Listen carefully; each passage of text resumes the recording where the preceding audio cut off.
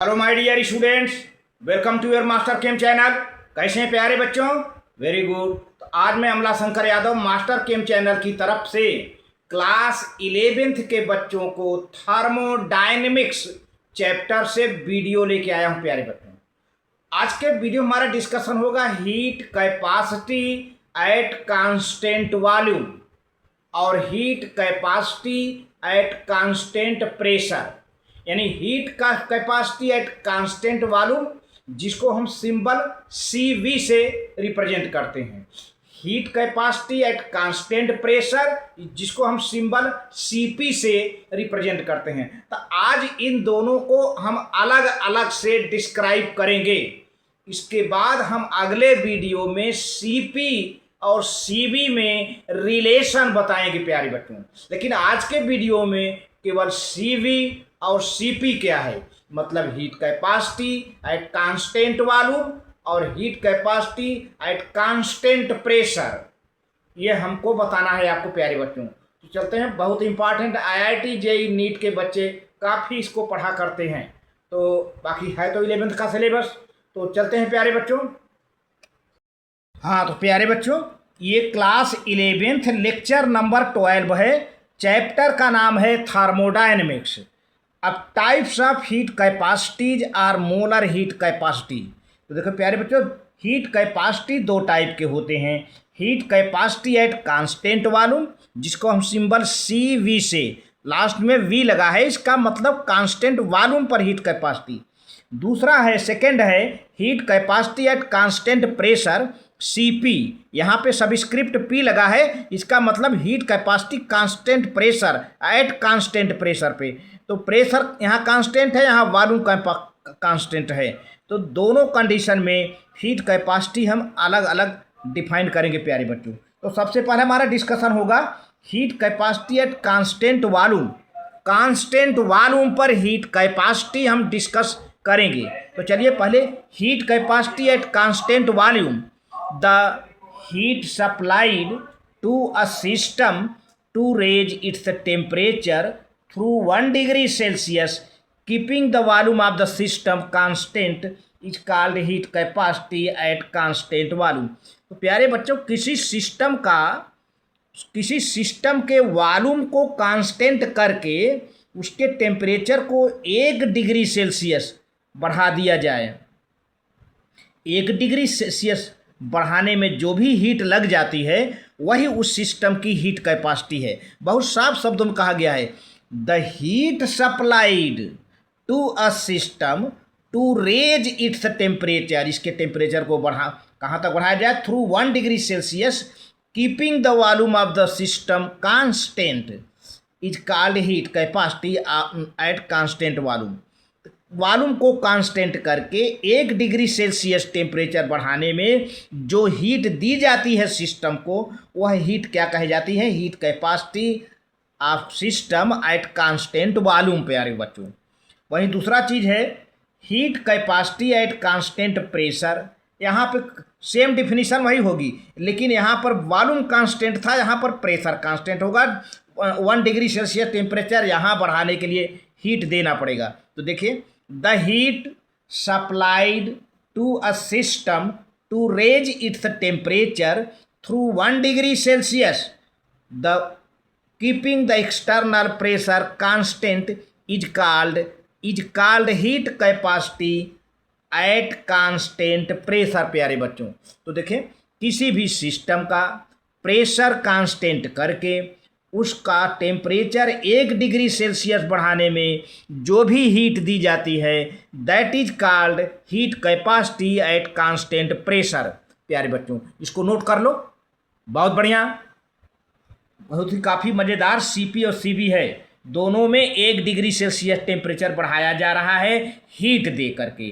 अब पहले वाले में कांस्टेंट वॉल्यूम को रख करके हीट दिया जा रहा है, 1 डिग्री सेल्सियस टेम्परेचर बढ़ाया जा रहा है। दूसरे वाले में कांस्टेंट प्रेशर रख करके 1 डिग्री सेल्सियस टेम्परेचर बढ़ाया जा रहा है हीट को दे करके।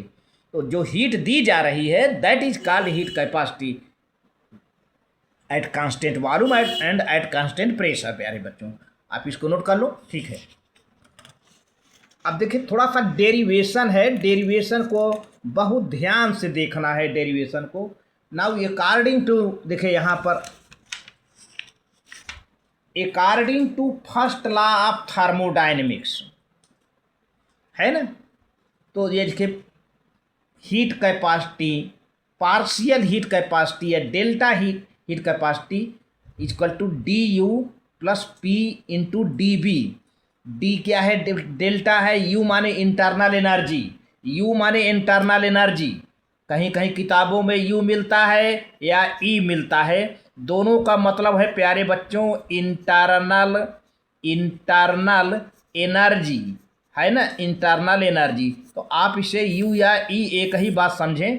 तो यहाँ पे D U plus P into D V, D क्या है, स्मॉल वॉल्यूम इन चेंज है, small in internal energy change है। तो क्यू इजकल टू, क्यू क्या है, delta Q is equal to D U plus P D V है। But we know that heat capacity का formula हमने दिया था पिछले वीडियो में, heat capacity is equal to heat upon temperature, heat upon temperature. अब डी लगा है थोड़ा टेम्परेचर, ये डेल्टा थोड़ा हीट है ना, ये है। तो प्यारे बच्चों ऐसा करते हैं कि ये जो हीट कैपेसिटी है क्यू है, तो putting the value of Q, putting the value of Q in this equation, तो यहाँ पे ये इस क्यू को हम हटा दें, यहाँ से जो क्यू है हीट नहीं, ये पूरा वैल्यू ले लेते हैं और इसी में रख देते हैं। देखिए ये सी हीट कैपेसिटी है, हीट कैपेसिटी है, चलिए क्यू की वैल्यू हम यहाँ रख दिए, D U plus P D V upon D T, यही है, ये डी टी है ना, ये हो गया। अच्छा अब हम वॉल्यूम अगर हम चेंज कर दें तो इसका मतलब डी बी क्या हो जाएगा, पूरा जीरो हो जाएगा। But when volume is kept constant तो D V equal to zero, then this equation becomes as for an ideal gas. तो प्यारे बच्चों ये पूरा जीरो हो जाएगा, तो क्या हो जाएगा, C V equal to D U upon D T. देखिए यही इक्वेशन कैसे हुआ, पहले आपने फर्स्ट लॉ थर्मोडायनेमिक्स इक्वेशन लिखा, क्यू की वैल्यू आई, अब यहाँ पे हीट कैपेसिटी भी का फार्मूला लिखा, क्यू अपान डी टी है, इस क्यू को हटा दो, ये वैल्यू रख दो, पूरा एक क्यू के बराबर है, रख दिया। अब आप क्या काम करिए, वॉल्यूम को कांस्टेंट कर दीजिए, तो ये पूरा वेरिएबल जीरो हो जाएगा, वी का वैल्यू जीरो हो जाएगा, मल्टीप्लाई करेंगे तो पूरा जीरो हो जाएगा। तो यानी सीधे सीधे बचा क्या, C equal to D U upon D T. अब सी चूँकि कांस्टेंट वॉल्यूम पर है तो यहाँ पे थोड़ा सी भी लिख देते हैं, यहाँ पे सी भी लिख देते हैं प्यारे बच्चों। तो heat capacity at constant volume में be defined as the rate of change of internal energy with the temperature, internal energy upon temperature, rate of change of internal energy with temperature, rate of change of internal energy with temperature, that is called heat capacity at constant volume, है ना। ये formula है जो है D U upon D T, D T क्या है, absolute temperature है, आप इसको नोट कर लें, बहुत बढ़िया।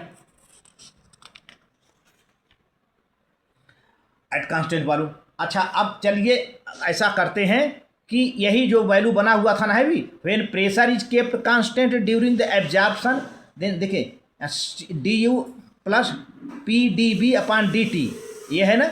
अब ऐसा करते हैं कि इस पर प्रेशर कांस्टेंट कर देते हैं प्यारे बच्चों, इसको पहले हम ऐसे लिख सकते हैं, देखिए चूँकि ये है ना, तो D U upon D T constant pressure, फिर plus P D V upon D T constant pressure, चूँकि डी टी डिनोमिनेटर है, अलग अलग करके हम लिख लिए, कांस्टेंट प्रेशर करके ये सी पी हमने लगा दिया, सी की जगह पर अब यहाँ सी पी लगा दिया, क्यों सी पी लगाया भाई, क्योंकि अब मेरा काम चल रहा है कांस्टेंट प्रेशर पर, कांस्टेंट प्रेशर पे, तो सी पी लिखना पड़ा, इस सी को सी पी लिखना पड़ा।